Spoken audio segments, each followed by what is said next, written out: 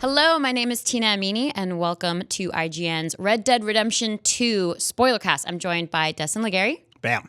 Jon Ryan. Howdy. And Casey DeFreitas. Hello. Thank you guys for joining. We have a lot to talk about. Oh my God, so much. So much to talk about. There's horses, there's feelings, the characters, the story. We're going to be talking about our favorite moments, the ending, the second ending, the third ending. The third ending. Yeah, there's All many of the endings. The endings. post game, there's tons to talk about Yeah, if you missed the giant spoiler warning that came up at the head of this video. for the spoiler cast. Yeah, do not watch the rest of this unless you finish the game. Yes, please don't. Not like 100% completion, because that's like impossible. Yeah. Exactly, especially at this Just the point. story. Let's be real. Yeah. Just finish the story. Finish both epilogues and then Yeah. come back. And then come back to this. So let's start off kind of generally speaking. What did you guys think worked? What did you like? What didn't you like?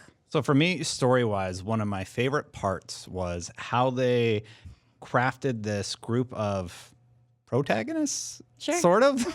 Anti-protagonists. And we kind of watch them fall apart as a group. And it leads right into the next game, the original Red Dead Redemption, and seeing how they've fallen apart and he becomes totally evil. The Vanderlyn, Mr. Vanderlyn himself. Mr. the Vanderland.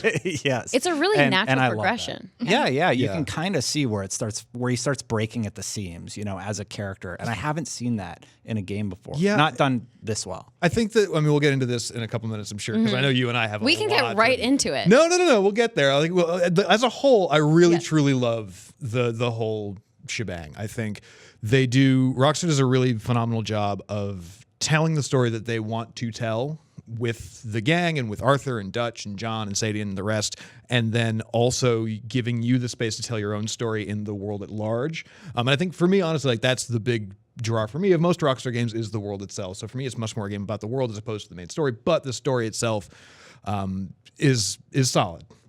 So your favorite character is the world? I think that's it right there. Yeah, My favorite it could. I mean, character is genuinely. everyone. No, I mean, I legitimately, I love Arthur. I do. He's flawed in a good way. Right, exactly, yeah. Like the fact that it's a story about a man like reckoning with his demons, basically, like being like, have I wasted my life? Oh no, I've wasted my life. Like that's It's great. not even just the reckoning of demons. It's also just the fact that he's like struggling to figure out, am I doing the right thing? It's like a morality thing Yeah. where he's trying to figure out, who am I following? Am I following them for the right reasons? And it's so fascinating to see that as Dutch unravels, Yeah. to see him kind of grapple with that. Yeah. He's loyal to Dutch to a fault. Yeah. And it's really sort of Until fascinating it's too to see late. someone. Exactly. Yeah. I came into this game having never played the first one and knowing nothing about it. Literally nothing. I didn't know that Dutch was destined to be a bad guy. Yeah. I was watching, Which is Fun. fascinating for you. Yeah. Yeah, I'm really curious to know. and they did a really fantastic job at not giving anything away. They treated it as its standalone story without assuming that the player already knew what was going to happen. Because I had no idea until I was very near the end, and then heard people talking about it in the office. And it's like, oh yeah, like it's crazy that you get to see Dutch turn into the bad guy. And I was like, what? Like, oh no. I felt really bad we Yeah. spoiled it for Yeah. Kirk Oh, when we were no. talking about it. Yeah, our Yeah. IGN's very own Kirk Clarkson. If you're watching this, I'm still really sorry about Our that. bad. Yeah, I sent him a memo and was like, "Hey, blah blah blah blah, blah Dutch being a bad guy," and he was like, "Dutch is the bad guy." I'm like, oh no, I feel Yeah. so bad. Yeah, I had no idea. And that was the kind of thing where from the very first mission, I had a bad taste in my mouth about Micah because of how he chased Sadie around the house. And I was like, oh, like that's Oh, not yeah. that's not Yeah. cool. He's gross as But hell. He's Dutch, an on the nose villain. Yeah, but Dutch presented himself as a very honorable man, even if he is a thief and a gang leader. Yeah. It's like, oh, it's okay, you're safe now. And that kind of like told me like, okay, he is the leader of a gang of bad guys. Yeah. I mean, obviously, come on, like we're bad guys. We murder, we steal. We're not good people. We're not the most wholesome. But he's not the worst. Yeah, I mean, it's that no. It's has that some no Not kind to of like- begin. Not to Yeah. begin with. Yeah. Well, I think it's really interesting that you couldn't really tell about Dutch until the end, because since I knew that he was going to end up being the bad guy, there were these moments where I was like, that's right there. Like that's a little piece peeking through. Yeah. So it's interesting to me that it didn't really fully come through for you until the end. And I think that speaks to, for Arthur Morgan, the same thing where like he doesn't really know. And this is somebody he spent most of his mature life with. So it's difficult to just turn around basically to your father figure and say, actually, now I'm going to just completely abandon you. Yeah, like you're a dick, dad. I also I had faith in Dutch as a Yeah. stressed person who wanted to do his best by his people and didn't know how to do that, and he kept trying. And I started questioning him when he kept repeating himself, just one more heist, just one more. It's like, oh, you keep saying that, man. Like, how many times can we believe you? And I didn't start distrusting him as a character until after that bank heist went entirely wrong, and we ended up The one in Guarma. at the end of chapter 4, you mean? Yes. Yeah. Yeah. So now that we're like fully into this Dutch conversation, let's get fully into No, I'm prepared for it. This is the most fascinating part, I think. I had the same kind of idea where it felt like he was just getting into harder crimes to get into harder crimes as a solution. Harder as in more difficult, or harder as in more Harder brutal? as in more desperate. So more in the sense More of like, risky. Exactly. So in the beginning, it was very much like there was a possibility that, they'd be getting away with a score and not come up with like a huge bounty on their head. But I liked what Charles said at one point, and I think it was towards the end. He was talking to Arthur, and he said, all this death and for what? Just so we can have enough money and run away from what we've done. And it's true, and that's the piece that that Dutch never really understood, that like he was getting them further into their hole, and that's what Arthur was trying to tell him the whole time. It's interesting that you say that, because that's potentially why he was so blind to what Micah was doing, because in retrospect, it's pretty obvious. He shows up with two strange guys. He is broken out of prison, kills everybody in the town, and then sort of runs away. They're constantly getting caught after that moment. And Dutch is and an they keep intelligent... saying like someone must be a mole here. Yeah. Exactly. And Dutch is quite intelligent. It's almost like he didn't want to see the evil in front of him. Yeah, I mean, the more Including desperate himself. Yeah. Ooh, because I mean, that's like the more desperate you get in a situation to retain control, not necessarily over a group of people, just like in your life in general, like the easier it is to say like, oh, this person agrees with me, so I can trust them.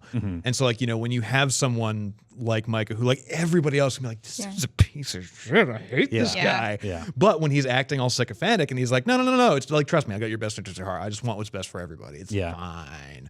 Like it's difficult to see someone spiraling out of control and become that desperate that they will believe whatever they want to hear to grasp onto their false sense of reality. And that's kind of what we have with Dutch, because you have someone backing up his beliefs and telling him he's right, even though from the outside looking in, that's obviously wrong. It's the devil on your shoulder. Yeah. Where Arthur really did have his best interest, but Arthur's opinions unraveled how he saw reality and how he saw loyalty and how he saw what he thought is best.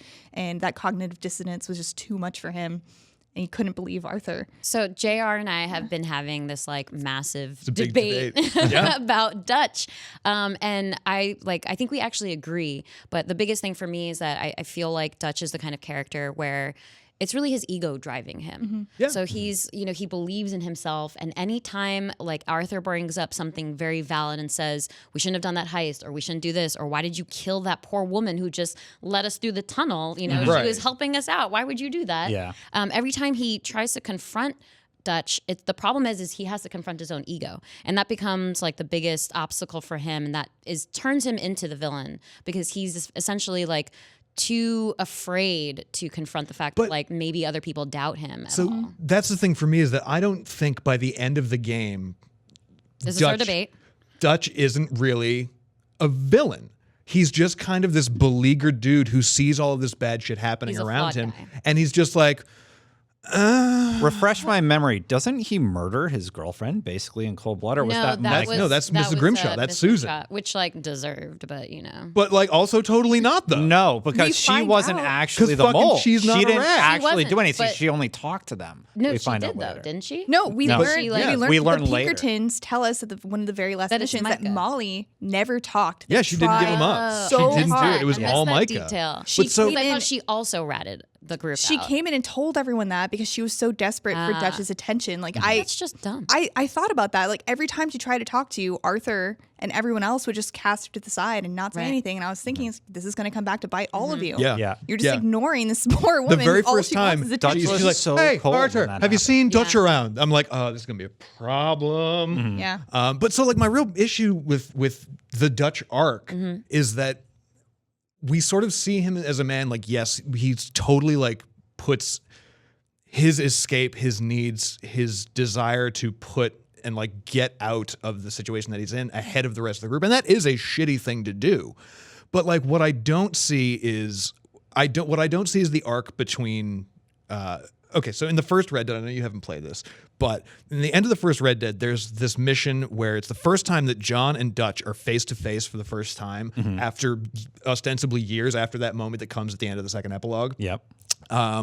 And they have their little repartee, and then Dutch is about to escape, couldn't get away, like almost scot-free, and decides, you can see it on the screen right here if you're watching the video version. He has a hostage. He has a hostage, and then to cornered. get out of the situation, he's almost about to get out the door. He is out the door. He can be totally fine if he just walks out the door right now, but instead he murders this woman for no reason other than to say, fuck you, John Marston. And he does have moments where he does that. Like He doesn't, though. where no. He has moments where he just pulls the trigger because he wants to one up somebody. Not in 2, I don't think. I don't think He it murders either. that old lady. But when And they're also- on there's a the road. difference There's no between- reason for But that. there is a difference between I'm paranoid, so I'm going to kill this person because I think they'll squeal on me, versus I'm just going to kill this person for sport. What about Angelo Bronte? He like that. He killed was, that person because he challenged him. True. Angelo Bronte was like, "Oh, I get it. We're of the same ilk in the sense that you have a way with words, and you're actually just manipulating every It's moment." the same thing with Cornwall, Leviticus Cornwall. He just shot Cornwall that guy. is the Yep. only one that I think of that I think I really agree. I think it Angelo was Angelo Bronte Bronte was as well. revenge. And They also- kidnapped But, the child. And, Yeah, but I mean, like he like had with the Braithwaite woman, he like burned their entire plantation down, killed all her sons. So I think like we had pretty a- much Yeah. balanced it out. We see- Angelo we see Bronte him having a bruised brutal his side, ego. but Yeah, like, that's what it was. Dutch, It bruised his ego. Dutch is Angelo It had Bronte nothing to set do him with up to Jack. die. It had everything to do with, yes, With sort of. I think it Dutch. was because he was insulted because the guy was like, "Oh, you look dirty. You should clean up for the party," and But he just didn't like that insult. But Angelo Bronte set them on that mission to go rob the Right. thing Yeah, that he had set them nothing up. in it. Yeah. And his plan was for them to die, but they didn't. So that's- it was a revenge story. That's my thing. Is that In like, my mind. for all of those kills, which are admittedly like really brutal, and where you see that psychopathic part of Dutch. For every one of those, you also see a moment where he is beleaguered and regretting what he has to do and sad, and it feels like they're Do you, trying or to is make him that talk? sympathize. I don't think it is. I think based on the very end, when depending on what ending you got, when Arthur is either like lying there, be like all tuberculosis-y, or he's sitting there with knives in his ribs. There's a bunch of Yeah. endings that are super fun. We'll get to that in a second. But He dies. That's the end. I while agree. Arthur's lying there dying, Dutch has this genuine really bummed out look about him, and it's like those moments I feel are genuine for him. That's how you read his facial expression in that moment.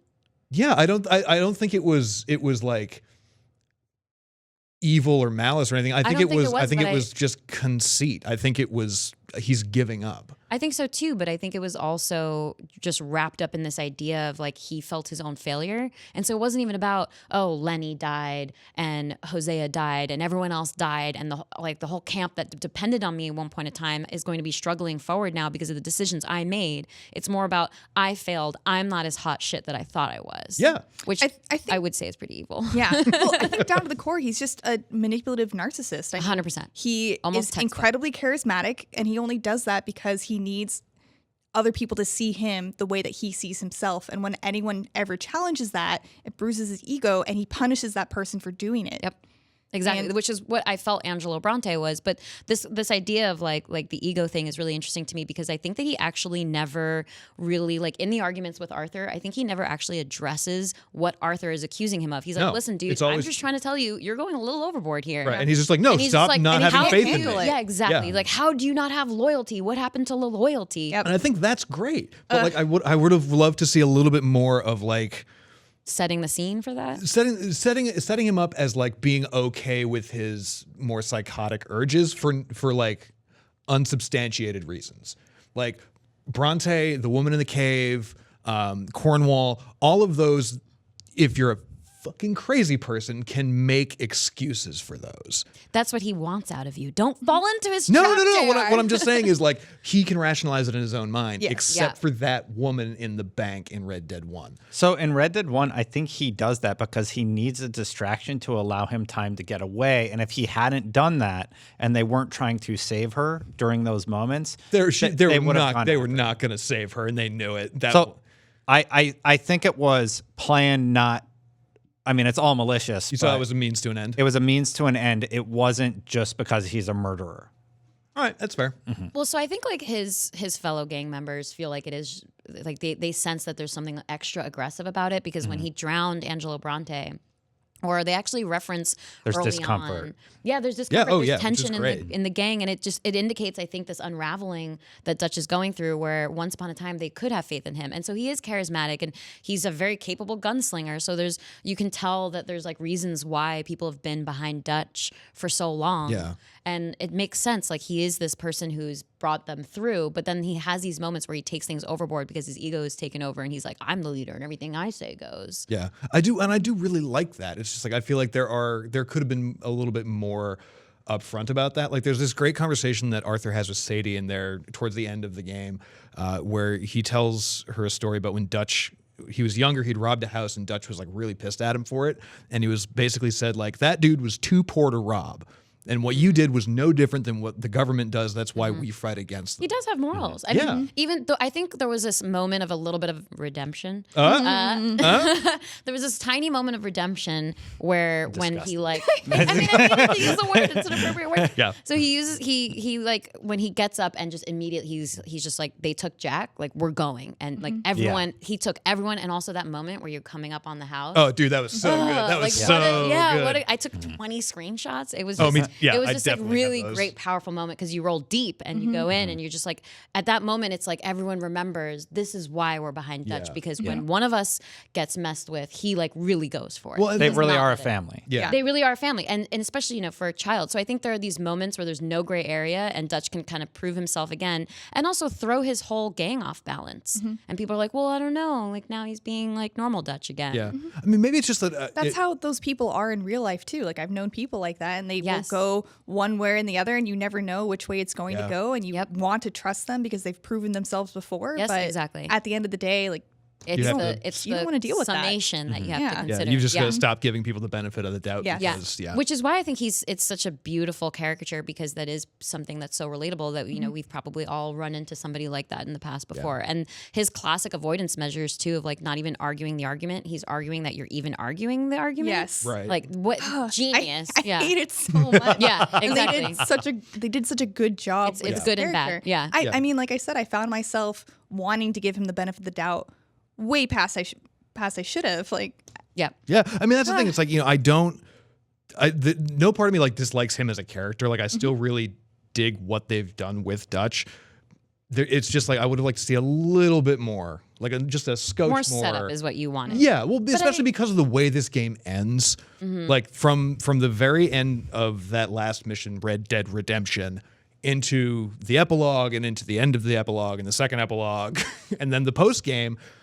All of this is just spilling over itself into the first game. Even when we reach the conclusion of Dutch's story in the original game, you realize that he didn't really give up on his beliefs. No. But he believes that they can't be obtained anymore. And he just kind of accepts his fate and falls He's off. giving up on the world and not himself, Yeah. which is Well, he holds a on. cop-out. Another but- egotistical. Yeah, move that's on some his part. bullshit, but So there's this moment with Dutch to kind of like, wrap up our conversation with him as a villain, strictly speaking. How did you guys feel when it was revealed that he was hanging out with Micah the whole damn time? at the end of epilogue 2? Yeah. So the door opens, you're having this shootout with Micah and the door opens and there's Dutch, this bastard who, has been in hiding and we had no idea. And the whole time I think like the conversations you're having with the other surviving gang members is that, we don't know where Dutch is, but it doesn't sound like there's ever this connotation that they might be together. And I felt so betrayed when that door opened and Dutch was there and he's just been hanging out with Micah of all people. Where else was he supposed to go? Because On his own. In his mind, that's the last remnant of his group, basically, right? And he The only doesn't person who know. has faith left in him. Correct. And Right. and he doesn't know that Micah has betrayed him. But It's not. Yes, he it's- does. Yes, Yes, he he's fucking so, does. He's In everyone's denial. like, come on. Nobody's even ever told him that believing- information directly. Arthur did Yes, they immediately. did. Arthur, Yes, as soon as he Arthur gets did back to the cave, he's like, immediately. he did it. He Yep, fucking did he's it. the This guy one. did. And then in this scene too, which you can see that we're playing right now, if you're watching the video version, John Marston shows up too, and he says, "Come on, Dutch! Like know, Right. you know that Micah was the rat." And it's just because Dutch Like, look is at his consistently- mustache. He's evil. It's because Dutch is consistently just trying to believe in his story. He doesn't want to believe in any other story. Which, like, I'm insulted. Why would you believe that Micah's the good guy and like Arthur's the bad guy? Arthur is clearly because better. Arthur Because Arthur's disagreed with doubting him. Exactly. Right. And like I think that was the thing there for me, that it was just like they made it. He wasn't like villainous. He was just weak. And like I think that's a great character well, choice. His strength was weirdly his weakness. Right, yeah. His charisma, his ability to bring people together, which is very much what drew the gang to him in the first place, ended up being what ultimately was his downfall, and made him as weak as it did at the end there. And it was just like, I don't know, maybe I'm just like sad because it's just a bummer in general. It's such a bummer. I hated that epilogue's ending. I hated it. I thought I just didn't even know how to feel because it came with Dutch and Micah Dutch and Micah together. Yeah, because it just came so out of left field for me. Yeah, it kind of for me it was a little unnecessary. It's my favorite scene of the whole game. Really? Yeah, And because Dutch just walks off after that, and then That's all Dutch That's does. the second time he does that, Yeah, though. exactly. He walks off because he's fulfilling the promise to Arthur to take care of John Marston in his own way. He By leaves not him murdering him? He Dutch. doesn't murder him, and he leaves him all the money that he ever earned from the end of the game. He leaves him the loot that was entitled to him, Isn't and that that only was his promise to Arthur earlier in the campaign. So here's the thing. So he finally realizes that Micah's a betrayer. He murders Micah, and he fulfills his promise to Arthur, and that's does why I murder love Micah. that scene. Yeah, I mean, he does murders murder Micah because it's like, can see look, that. it's either you murder Micah or you murder John, and like I think in this moment you literally just can't murder Micah. Yeah, exactly. But I think with this ending for me at least, like it felt a little bit unnecessary. Like I don't think we needed Just to to see. have Just he was Dutch like, hey, be he's back. having hung out with Look at him. him. You still don't like him anymore. Well, so the thing I liked about it actually, because I felt so betrayed, and I actually liked that I felt this like very powerful emotion upon seeing Dutch be there hanging out with Micah. And I think it was because for me it really solidified like you are that lost. Like you are like that much not the Dutch that I knew and thought you were, even though I've played Red Dead 1. Yeah. Interesting. I feel like, I don't know, for me it seems like that I got that when he left Arthur. When he walked away from Arthur dying on the side of a mountaintop, that was that for me. Yeah.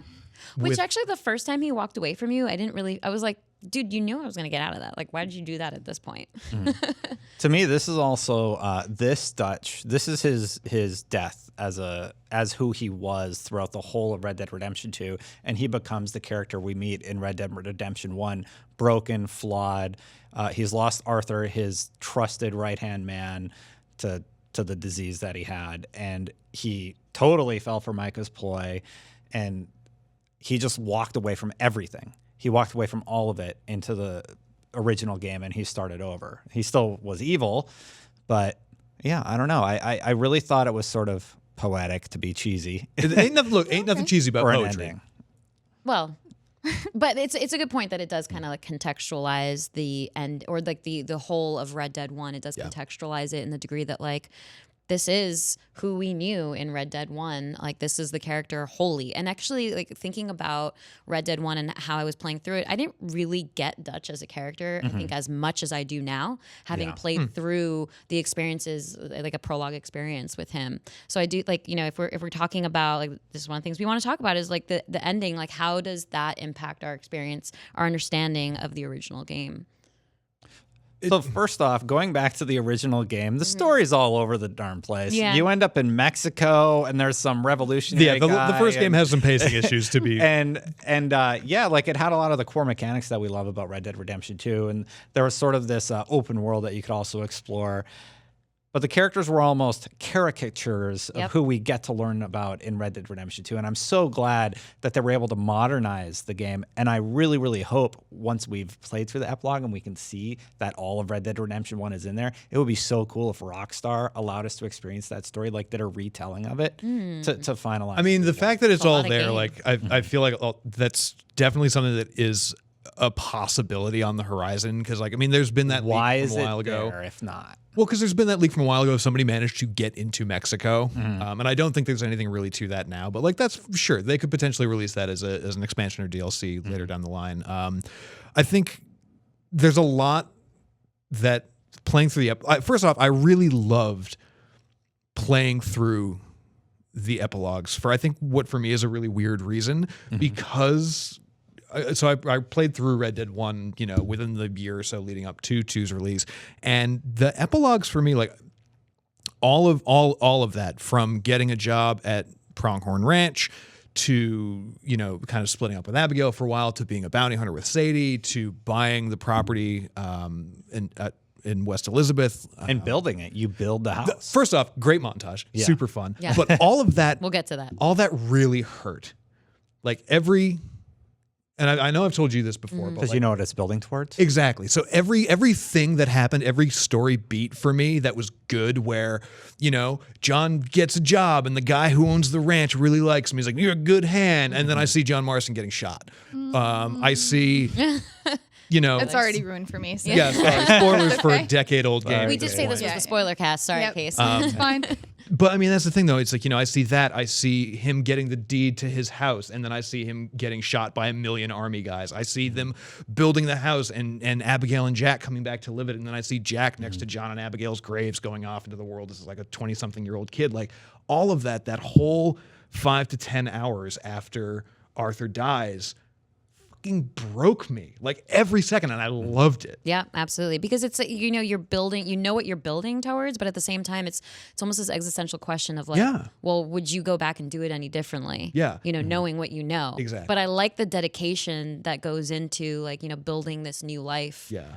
That like you know Jon is very dedicated towards going towards. So usually in video games, I don't like missions with children, and because I played Red Dead Redemption 1, I have the context of Jack as a character. I'm really interested to hear what Casey would think about those missions with Jack going fishing and the dog. What did you think about that? So I don't actually think Red Dead Redemption 2 did a good enough job to make me attached to Jon Marston as a character. I don't know his story. I don't know much about him. And in Red Dead Redemption 2, dies. I know that now, but you barely have any one-on-one time with Jon. Like, you save him in the mountains, you blow up a bridge, you save him from prison. You steal some sheep. Okay, you steal some sheep with him. What else did you do with Jon? The oil tank thing? I mean, you have, rob you the have, train. No, there, you have, Yeah. Jon. you have a bunch of missions with Jon. Yeah. But most of those missions, like, it's all about Arthur being like, you're a fucking idiot. Yeah. And then you're not so stupid anymore. Yeah. Yeah. It's Well, all of something that. happened between them in the past, and then later on, Arthur clearly respects him a little bit more after he regains that trust. For me, it was so awesome seeing him in the wilderness. I'm like, it's Marsden. We're saving Marsden, and we kind of help him become the character that he comes in the original. But that's why I was really wondering. To you, he's not fleshed out enough in the sequel. Yeah, I really don't think he is. I felt more attachment to Charles and Javier and Lenny. Lenny! Lenny. Yeah, and Sadie, of course. Like, I love Lenny, like, way more so than I felt any kind of attachment to Jon. And I think they did that because they know that players already have an attachment Right. to Jon because they've already played the other Which one. I But do- yeah. but I didn't. Well, I So- do think that like playing through the epilogue helps with that Yes, a little bit in the sense that absolutely. like you know you're finally getting to play as Jon Marston again and like remembering what those roles were. So obviously we have a little bit of a different association having played through the first one. I think I feel like the epilogue, though, I love the way that it made me feel in relation to the first game, but I also feel like it does some weird things to the first game because of it. So, like, how far have you guys explored into the New Austin state? A whole lot? Then- All over. Okay, so have you been to Armadillo, for example? So The town? yeah, the town. So I mean, yeah. they sort of narratively explain away most of the characters that you know and love. But this still kind of breaks Red Dead lore, and you know I'm not usually one to try and be like a purist in that respect, but like it's weird for me to have Jon's story go from being like I get out of the life with my wife and my son, we bought a ranch, and I've been a rancher for 8-9 years, and then the government says we have to drag you back in, to got out of the life, built a ranch, had my kids there. Now I'm going to go rob a train every 3 days for the rest of my life until Edgar Ross shows up. Or like the first thing that I did in Armadillo was I walked into the general store and I murdered Herbert Moon. Like I know that like, you know, it's not canon, but like also like it kind of is to me now. Like It's your story. yeah, but now if I go back to Red Dead 1, like Herbert Moon's right there Yeah. being his super terrible self, and I'm just like, Well, that's what the post game. At least it gave you the satisfaction of this alternate reality where you get to kill all the characters. I get to kill him before Yeah. I learn he's Yeah. a real piece of shit. Yeah. So let's jump over to our favorite moments in the game. Right. We have a few crossovers, but who wants to kick it off? I think we can all agree that we really loved that drinking with Lenny quest. Lenny! There you go. I legitimately. It's so beautiful. It's such a good. It's like a fun mission. It's a weird break in the dour action that you're kind of in the middle of there, and it also does this really cool. Like I think that is the best drunk mission in a video game because it actively captures like even what down to the like. button prompt commands where it's like instead of greet it's like yerked. Yep, exactly. Everything's shaking on camera. So good. And it's such a good bonding experience. Oh, it really is. Then there's Which that. like really sets up for the death scene later. And so in a weird way, Oh my like God, one of the the death worst scene, scenes. Not even a is, like, scene, the- a run. Yeah. The death run of Yeah, Lenny I Summers. know. I had to Exactly. pause the game and just go, Right? Lenny, no. Oh, Yeah. Yeah. I it was like, no. it I hurt was writing so the bad. walkthrough while I was doing this, and I was like, I need to stop for a second and process that Lenny just got killed. Yeah. I felt a little bit tricked with how the emotions I was experiencing when Lenny dies because I'm like,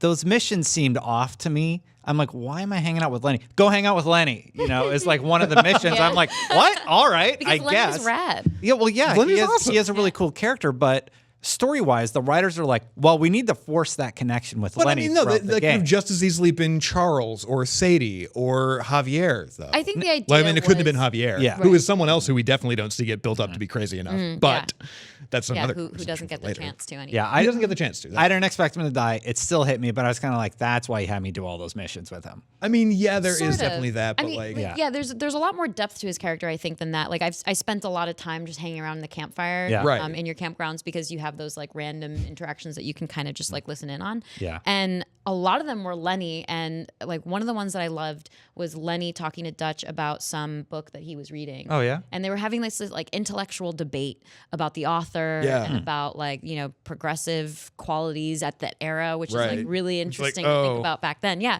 And especially so because I that's saw at a lot of, like, that's at the Clemens Point camp, right, in the middle of the South. yeah, exactly. So you do, like it's really surfacing at that point. And Yeah. so Lenny is that character who's like kind of exemplifying this and speaking to it in a really intelligent way. And Dutch is a really intelligent guy, so he can kind of keep up with it. But you see like the differentiation there. There's so much like little story nuance to it, and it does build his character up a little bit more. But yeah, obviously, like I hurt a little bit more because he was my drinking buddy. We had this moment. That moment where Arthur like spins the guy around because he thinks it's Lenny, and then it's not. He's like, "Oh, it's you again!" And Yeah, you see him I love about it. to throw back for a punch, and then it cuts to Yeah. them all dancing in a line together. It was so. But good. it's great because it's like Lenny, and then it phases out when the guy's like, Yeah, I'm not yeah, Lenny. yeah. Did you guys It's go so into perfect. the room upstairs? So that's No. so I wanted to bring that up. So there It's- are certain things it's- for the gold medal checklist, and one of them is catch Lenny in the Lenny act. in the act. And if you go, even before you're totally drunk, if you go up the stairs and make a right and then go into the room on the right, you can see people, you know, going at it in the Yeah. room. Is it really Lenny? What are they doing?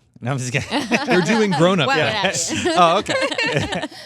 But when you go up the second time, when everyone is Lenny, you see both Everybody's of them Lenny. We're as all Lenny. Yeah, I don't really. think I mean, it's the don't being think John it's Malkovich actually scene Lenny. of It's the not game. because he rolls up to you like immediately after Yeah. in his It is fully clothed. Right. But it's just Yeah. it's a really delightful but completely stupid moment where like you open the door and there's Lenny on top of Lenny and like That's so good. They scream at you, you scream at them, everybody screams, and then you all run away. Like it's just like it was a Scooby-Doo moment. so Like good. it felt like a Scooby-Doo chase, and I loved Well, it. that's why the drunk scene is so good because it's like kind of cartoonish, but yet like totally relatable. It nails the jumping back and forth between the Yeah. fact that they're like laughing hysterically, So- everyone's dancing, all of a sudden he wants to fight people, he's running Right. from the cops. It's just My question for you guys is how far did you make it on your escape run? I made it. okay, so I ran escaped? towards Yeah. wow, Wow, good for you. I hit a pole. I put that in the walkthrough. It's like, don't run into anything. Yeah. Or you will get Good arrested. tips, good tips. I made it so far as the fence and then I tripped over it. Yeah, that's about as far as I got. Yeah, the which second sounds about time I played it. accurate. Yeah, exactly. Well, so you tried this a few times? Well, I'm on my second playthrough now. Oh boy. I'm playing through as a bad guy this time. Did you guys figure out what it meant by make amends with an old rival? It's one of the gold medal requirements For that mission? For that mission. I think That it's the mission. guy that You fought probably in the street, right? No. I think it's the guy that comes up to you in the beginning and like Yeah. tries to talk to you about a thing. Yeah. And then you're like, just screw off, partner. You're dumb. I want to talk I to tried to Lenny. be nice to him in a second run, and I still don't get that. Really? Yeah, I don't know. Because what I to do. remember running into Someone him tell again us, and, what do we like do? buying him a drink. Oh, buying him a drink. Yeah, like when you he- see him again, like I think you have the ability to buy him a drink. Okay. I remember making up with him. That's what it is.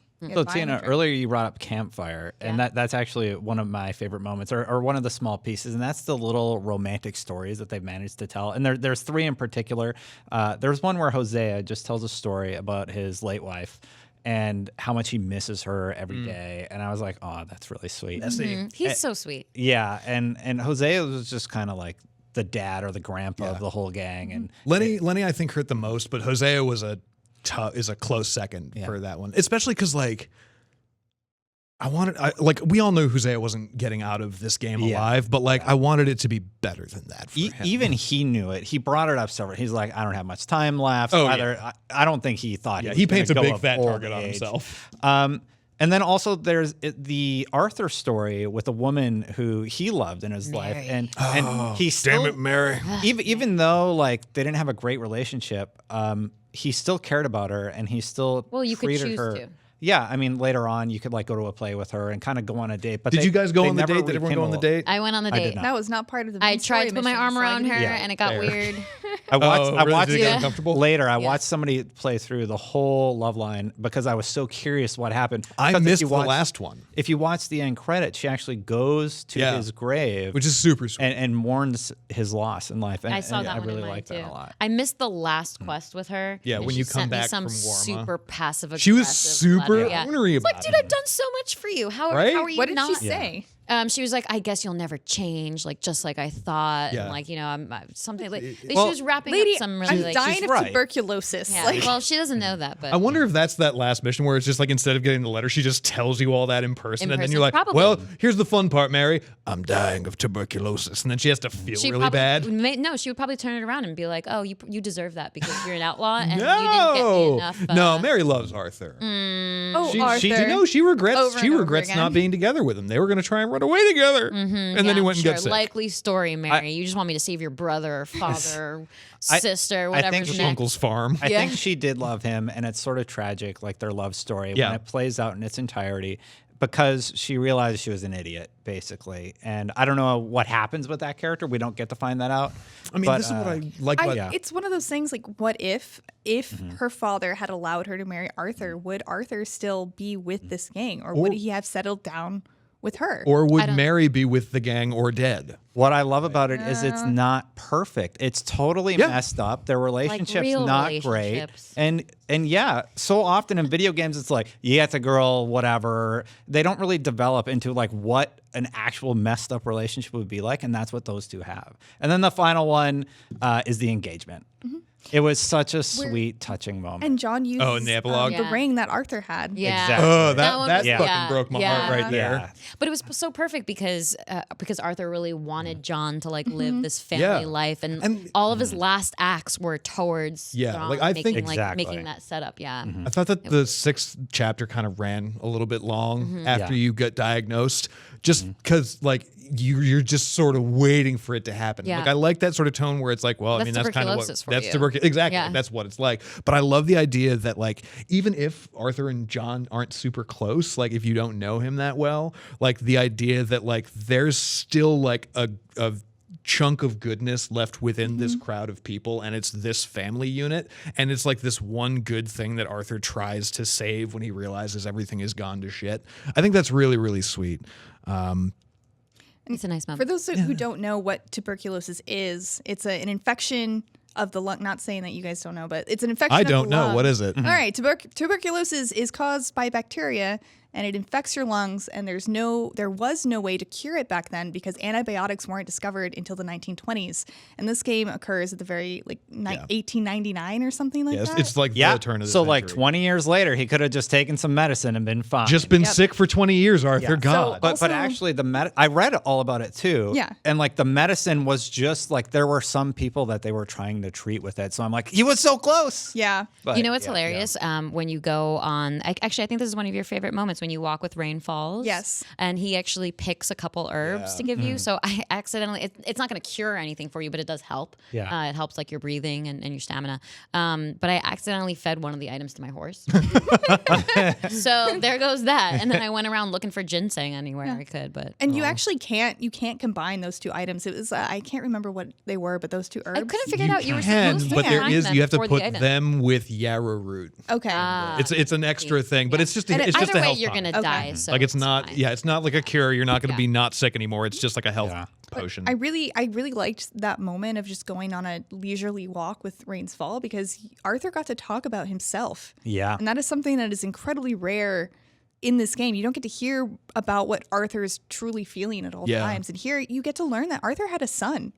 I Yeah. had no That- idea. Oh man, I completely forgotten about that till Yeah. just this moment. And Yeah. damn if that didn't hurt. Yeah, I was like, what? Yeah. It's a whole new dimension that I have to think about now. Was like that picture on his side table. I'm like, who the Yeah, fuck is this? it all And comes then it's just like, together, oh yeah. shit. Which is what I love about Rockstar's storytelling in this game. It's just Mm-hmm. like these little pieces. Mm-hmm. But yeah. And it made me want to replay this mission because I wanted to hear more of what Arthur had to say because there's only a limited amount of topics you can choose to discuss with Rain's Fall.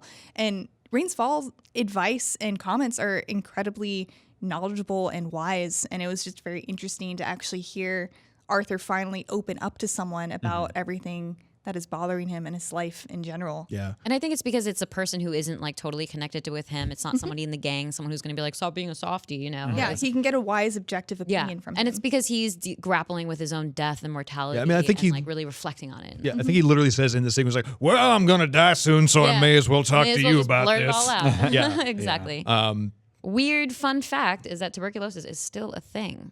You can still get the consumption. Yeah. Yes. And it takes like many months of antibiotics. It But takes at least we have antibiotics. a ton of antibiotics, Yeah. like multiple different kinds of antibiotics over a very long course of time. Yeah. And it's still It's awful. like 9 months. Yeah, it's still awful. That's really terrible. Yeah. On a lighter note, pretty did anybody else go to a really fun party? No, which yes. one? That's my The mayor's party. That was my favorite Oh, moment. yeah. But it's my favorite moment because of sort of what I was talking about earlier with there's the story Rockstar's telling and then there's a story that you're telling within the world itself.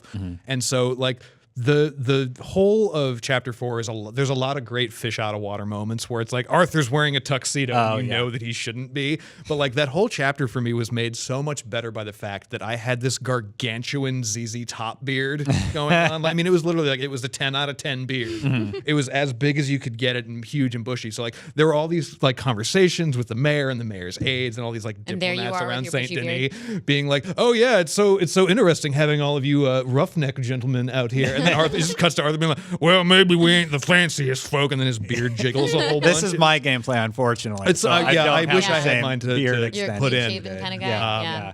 Yeah, I would shave his beard regularly. I'm like, you gotta shave, dude. That's what I'm doing now in my current playthrough. Yeah. And as soon as I get back from Guarma, I kept the beard through Guarma. Yeah. But then as soon as I came back, I immediately was like, this shit has to go. Yeah. Yeah. What kind of facial hair did you play with, Tina? I went with scruffy at first because I like the 5 o'clock Like a shadow two? look.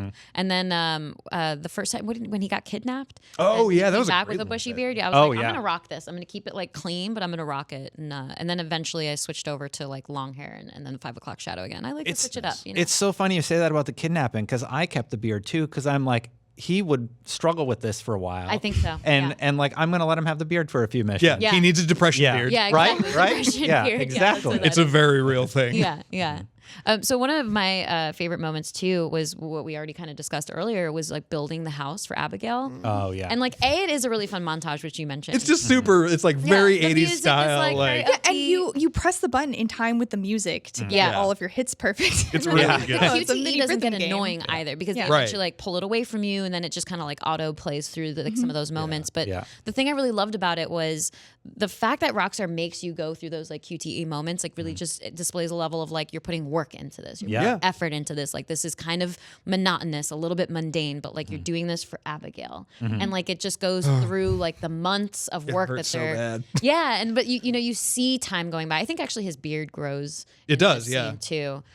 So I love that like all he's focused on is making amends to Abigail, and he might not even necessarily agree because even the guy at the bank is telling him, and the guy at the saloon was telling him like, "Oh, that space? That's what you bought? why are you You're buying gonna-" that, Yeah, you like idiot? that's the worst investment. Like He's maybe you well, can ranch goats. yeah, if that. But he was doing it anyway because that's just what Abigail wanted. He wanted to do right by her. Criticized him so much when he just went off and bought that property without talking to her. It's like, she hasn't seen it. She just mentioned that she saw it in the newspaper. Like, would she still want you to buy it if she had actually seen it? But you're just going to go do it without consulting her about That your is not finances, healthy putting yourself partnership, in Jon. debt. What are you doing? Well, wait, at that time, though, she's gone. She's written him off. I know. Right? He So needed to do the thing to prove. I know they end up together, but you must have thought, like, she's not going to come back to you. Like, I'm just thinking, like, in real life, if I had a boyfriend or fiance or husband or whatever, and just offhand is like, we should buy this $500,000 car because I think it looks cool.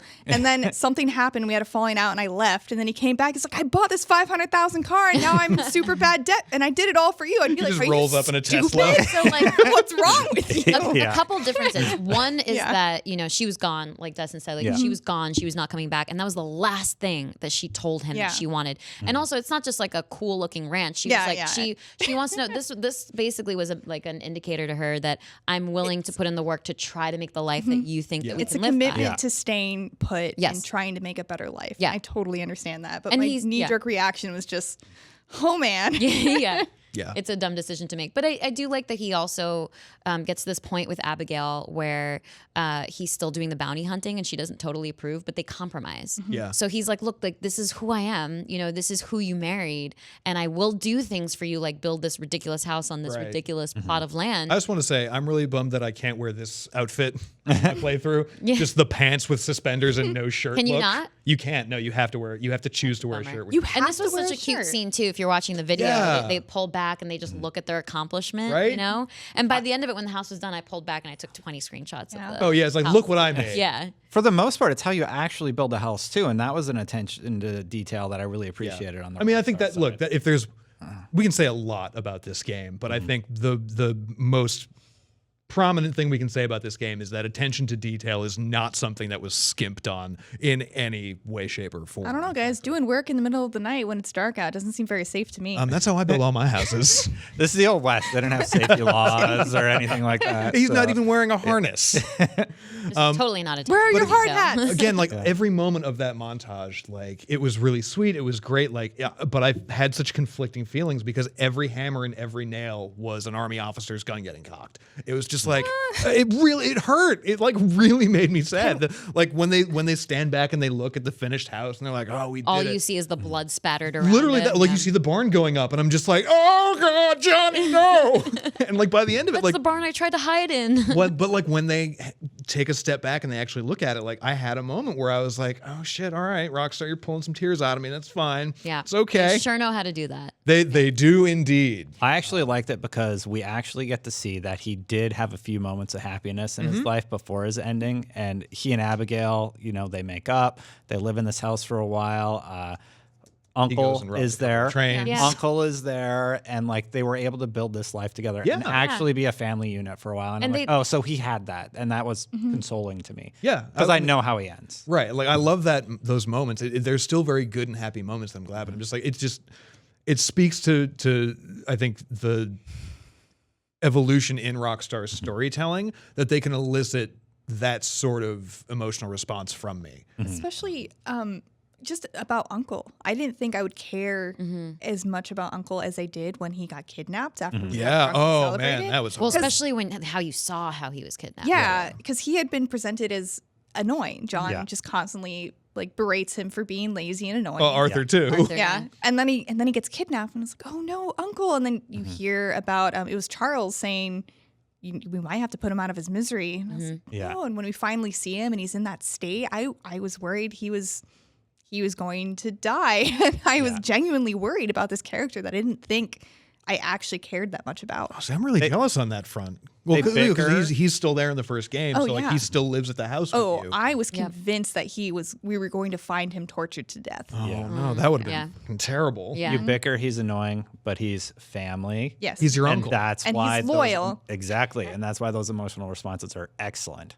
Yeah, and it also goes to show that like nobody in the gang was perfect, but that's what family is. Yeah. And so there were some like Dutch who actually end up betraying you and not Jerk. being like that family Mm-hmm. quality, but then Uncle who like still pulled his weight in some ways, sort of. Yeah. He supervised real good. Yeah.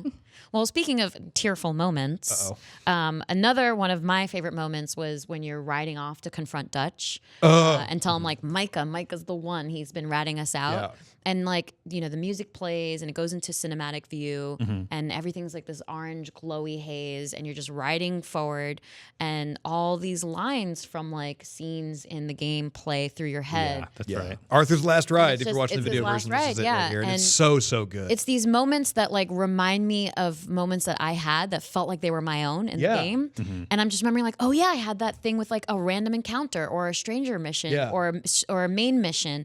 And it like reminded me both of all of the moments that I shared with people, but also like how amazing the pacing of the game was in like moving from big story mission to like small stranger mission to like random encounter and like mission. It's that whole thing of like the gang and you and the world like all existing in the same place together. And I think it was really funny because I liked this musical interlude so much more than because they do it a couple of times in this. The one when you get back from chapter 5 when you come back from Guarma and have to ride back to Shady Bell. I don't know about you guys. I was not a big fan of that moment. Like it felt like, well, so in the first game, there's that moment where you learn that Bill is hiding in Mexico with Javier and you have to ride to Mexico and they play that really cool song as you ride in, which was, you know, to me, it was a cool thing. It was not like, oh my God, like a lot of people kind of have as like sort of It was, oh my God, religious to me. experience in the game. Right. was That's incredible. what that is for some people. And I feel like they were like the one when I got back from Guarma, when I played through that the first time, it felt like they were trying to catch lightning in a bottle twice. And it just was kind of like, all right, I know why you guys are doing this, but this isn't that super great. But then when this one showed up later, I was completely not expecting it. Yeah. And it's just such a great moment because you do get all those moments where, and it's cool too because it's depending on how you played it. Yeah. Like I replayed it earlier with super low honor, and like the music is still the same song, but like it goes through and it's like, you know, instead of the one where that dude who you kind of like intimidated to death, instead of his son being like, you saved me, mister, I don't know what we'd have done without you. Instead, he was like, please don't kill me, mister. Yeah. And then Arthur's just like, oh, you think I care about killing anybody? And I'm just like, oh my God, this is so much more hardcore. Yeah, you have to reckon with what you've done. Yeah, it's And so good. It is. And so for me, I felt like, you know, because Arthur the whole time is grappling with like, who am I? Am I Dutch? Is Dutch bad? Am I bad? Is Dutch good? You know, all of these questions.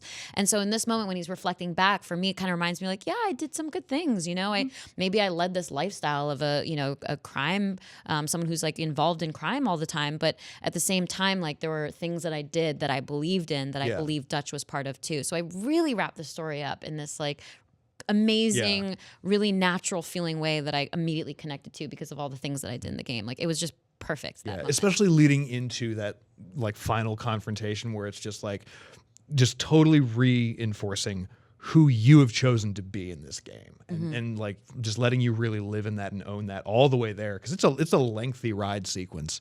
And then when you get off the horse, you're like, all right, I know exactly how this is going to play out. No, I don't. But I know exactly how I'm going to choose to act throughout. And you know what? If I was riding off to confront Dutch, like my father figure, I'd be reflecting the hell out of my hell life, yes. too. Like it just felt very realistic in that way. I think to him, he's riding to his death. Like one way or another, he knows his like fate. he's either he's gonna kill me or Micah's gonna kill me. This will be my end. There's that wonderful moment with him when he rescues Abigail from the Pinkertons and like he puts her on Sadie's horse and she starts to be like, oh Arthur, and he's just like, don't know Arthur me. And it was like that moment where he's just kind of like, nope, this is happening. Like I need you to go take this money. Please be better than we were. Yeah. And like, oh, I'm just getting verklempt just thinking about it. It was so good.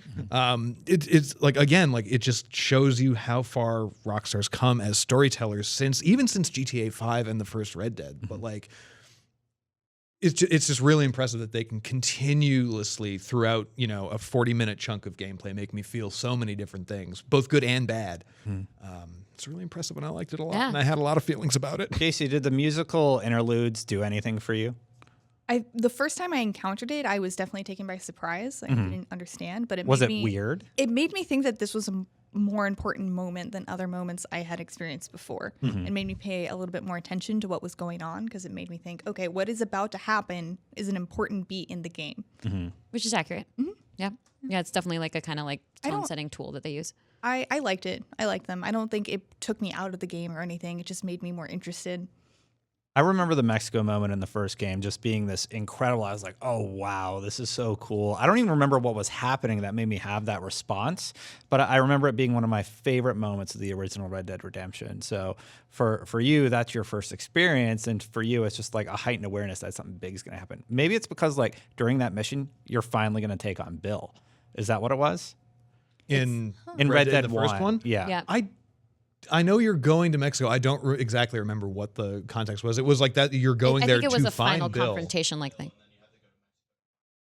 Right. So it's Yeah. like, Okay, yeah. well, because the song that they play in that one is not the Compass song. It's I But- forget the name of the other But one. to me, it's telling me, like Casey said, hey, you're finishing the story. Yeah. This is the end one way or another. right, like for the first games one, it felt very much like, you know, this is you processing a failure and sort of reconciling with your issues to succeed again in the future. Yeah. Whereas with this one, this moment at the end where you're riding off to confront Dutch, Micah, and the rest is just all about reckoning with what you've done. It's really, really well done.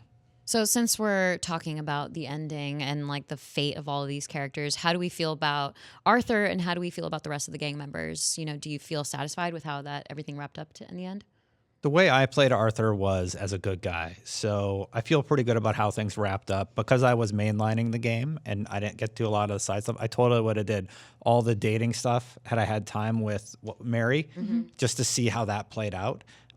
There's a lot of stranger missions I didn't get to do, but I really, really like Arthur, and I like the way that he was presented. And it was really sad the way that he went out at the end. Like, So- he basically just dies because of his tuberculosis. Okay, so you not got even the because good ending. Yeah, but So not, there's not because he lost his fight. So there are 4 endings to Variations? my understanding. Yeah. There's the big choice at the end of the mission is, you know, obviously you go whether to help John get away and reach his family or you go back for the money. And you can do those things regardless of what your honor level is. So there's 4 choices. Basically, go help John, high honor, low honor. Go get the money, high honor, low honor. And so the high honor, low honor is, I feel like it's the one that we mostly probably all. So I was high honor help John. Yeah. Yep. Yeah, Same me here. too. Yep. Because that's the right choice. Because we're good people. We're good We're good people. people. Nobody I played feel Black like- Cat in the office. I was really surprised. Ryan Ryan did. did, Ryan but he's not McCaffrey. through the game yet. Well, so I went back and I replayed the ending, and I used a cheat to have super low honor. Yeah. And the other ending. So let's talk about the good ending because we all got it. I feel like that is, if there is a canon ending to Arthur's story, it's that one. I really love that moment where it's like Dutch gives up on you, and it's just so sad. But he also prevents you from getting murdered by some asshole. Yeah. But then, like, in that last moment, you're like, you know what? No, John, get away. I did as best I could. And you get to see the sunrise. Is that really the better way to go, though? Just slowly bleeding out that sounds like a terrible slow way. It really does sound like an Dude. awful way to die. But from a visual emotional, storytelling yes, that's standpoint, better. it's gorgeous. Yeah. I don't think Arthur feels like he deserved a better ending.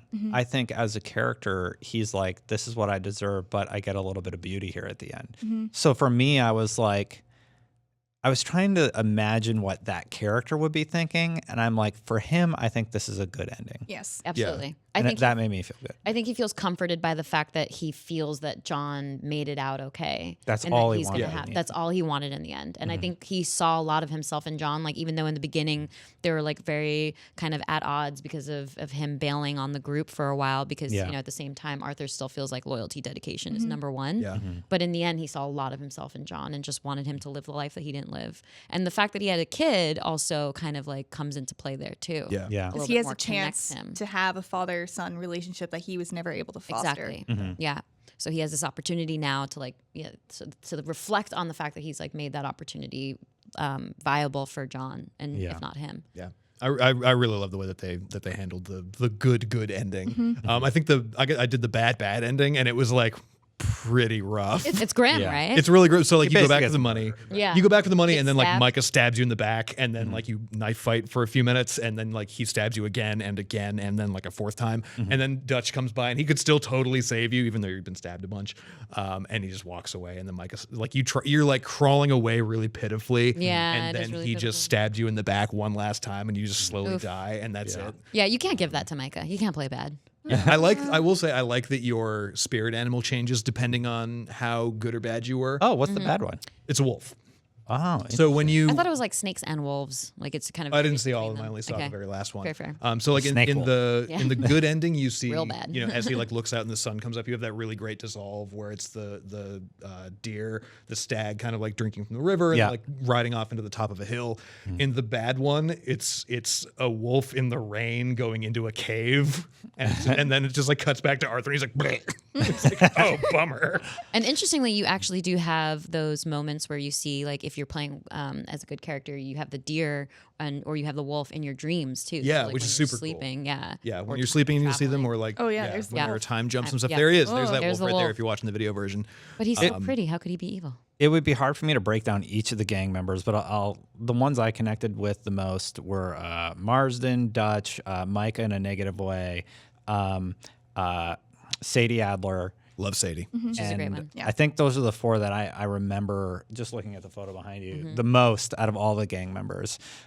There was sort of the mother of the camp who kind of took Susan! everybody. Yeah, Miss Dude, Grimshaw. when Grimshaw. Susan and Miss Grimshaw. when Susan yeah. killed Molly, I was like, oh damn, Susan. She was not messing Yeah. around. That She was went for her. it. That was her. Can I speak to your manager voice? Yeah. And she meant it. She spoke to that manager. She spoke to that manager all the way to the bank. So I those- felt those so were bad the- for her at the end too. Oh man, Yeah. getting Those were gut the- shot. Those were the gang members that impacted me the most, I would say. I was really upset when Sean died because Yeah. I felt like we just rescued him. Yeah. It's like, oh, Yeah. I get to learn about this cute Irish boy. Yeah. And he got shot in the head in front Yeah, of me. it was he was a real bit of a bad. throwaway. I don't Yeah. think people. See, I liked Sean enough as a character, but it Yeah. was just like you're either gonna disappear, like you're gonna Yeah. run away, or become a traitor, or you're just gonna die. Well, there's so many characters you need that balance. Yeah, you just kind of do need cannon fodder Exactly. sometimes, and he was fun cannon Poor fodder. Like that was the Sean. thing. Well, because like anytime you rode back to the camp and heard him talking about this, telling a story or interacting with other people, like he was a very lively, very kind of rough around the edges character. But I liked him a lot, and so Yeah. it still hurt. Like this is the great thing that they do with all of these characters, because like even Sean, even. Abigail. I wasn't super invested in Abigail for much of the game, really, until about the end of the last act. But they do this really well with everyone, where they just really do flesh each person in your group out as an individual. They give them their moments. Yeah. essentially. Exactly, And yeah. Abigail's was, the epilogues. Exactly. Yeah. Abigail's the epilogue in Especially- that end where she kills Milton too. Like, Yeah. just like, Yeah. ooh, girl. Yeah. Yeah. Especially if you take the time to hang out around camp Right. and listen to Yes. everyone's conversations. It adds so much depth. Yeah. And if you do like the optional activities, like, did you guys go fishing with Kieran? No. I don't know. Yeah. Okay, so we all know what happens to Kieran, Yeah. right? Yeah. Okay, Poor so that Kieran, he that tried. Yeah, he really did like, try. I felt Yeah. so bad. He's honestly one of my favorite characters. Yeah. Like, I felt so bad for that little Irish boy. He's the opposite of Dutch. Yeah, he's just In so every earnest. way. And he's just Yeah. like, I literally have nowhere else to turn to. The world will eat me alive if Yeah. you don't take me in. Please, I'm begging you. I will do anything. And he tries so hard. He So sure like does. on like you take him fishing and like you guys get to know one another. And Arthur's like, well, maybe you ain't so bad. And then they chop his head off and put it in his own Yep. two hands. I'm just like, oh, Kieran, buddy. There's actually one character none of us discussed yet, and I feel we have to bring it up, and that is the relationship with your horse. Does Horse. everybody remember Alpo 3. when your horse died, or did you use them as cannon fodder? Because for me, I had the same All three. horse the whole game until the Sadie Adler revenge mission where a glitch happened and he died, and I was so upset. Oh, like we bummer. know how he's supposed to pass in the game. Yeah. And that moment fudging hurt. Yes. So unfortunately, it was a detract for me because when it happened on the Sadie Adler mission, I just stood over my horse and I didn't know what to do. Like people came in to hunt me, and I'm like, I need a moment. Get out of here. Just give me a second, God. And I just sat there with the horse. I'm Did like, you reset your game? I'm like, can I reload the save? No, like I would have been set back so far. yeah. Yeah. So I just was like, Annual saves after every I mission. had to go. Yep. And I got another horse, and it was the same thing, but it was a boy horse instead of a girl horse. It's a different horse. And I was like, so the horse moment was detracted, but I understand the impact most What players did we all would name have. our horses? So my first horse's name was Horse. Good. Great. It was the draft horse that Jose. it was the big Shire horse? Yeah, because I want to. He's a big, beefy boy. Big boy. Yeah. And I assumed I'd my be able horse to now. find other horses that were his size and comparable stats, and I just never came across one until almost the I very mean, you end. could steal them from wagons. Yeah, you could, and I just never did. I was looking for a horse that looked like a Pona. Oh, There you go. I named my horse Matilda. Matilda. And that's Very it. cute. Just, Rip Matilda. that's just a horse name. I don't know. That's fair. That's fair. That's good. I What didn't even think about What it did the that long. I was stable like, Matilda. hands tell you? You just Did got we- cute. was he like, that's a Fine. good name for a horse? Yeah, I think so. He did not like my name for my Oh, horse. really? What did What he was say? yours? Well, so the first my horse's name was Alpo, and then Alpo 2. and then he got hit by a train. But Alpo 3 lived through the end of the game.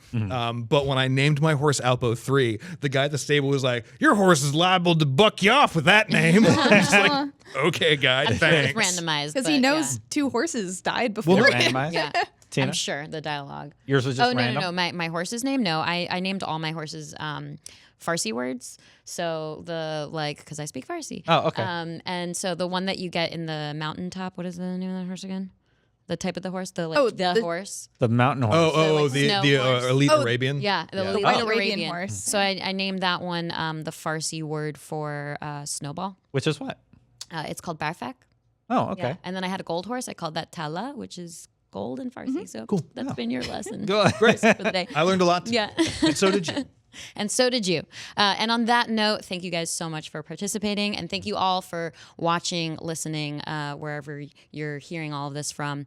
We have plenty of other Red Dead Redemption 2 content on the site. Keep it down to IGN.com. Thanks, guys.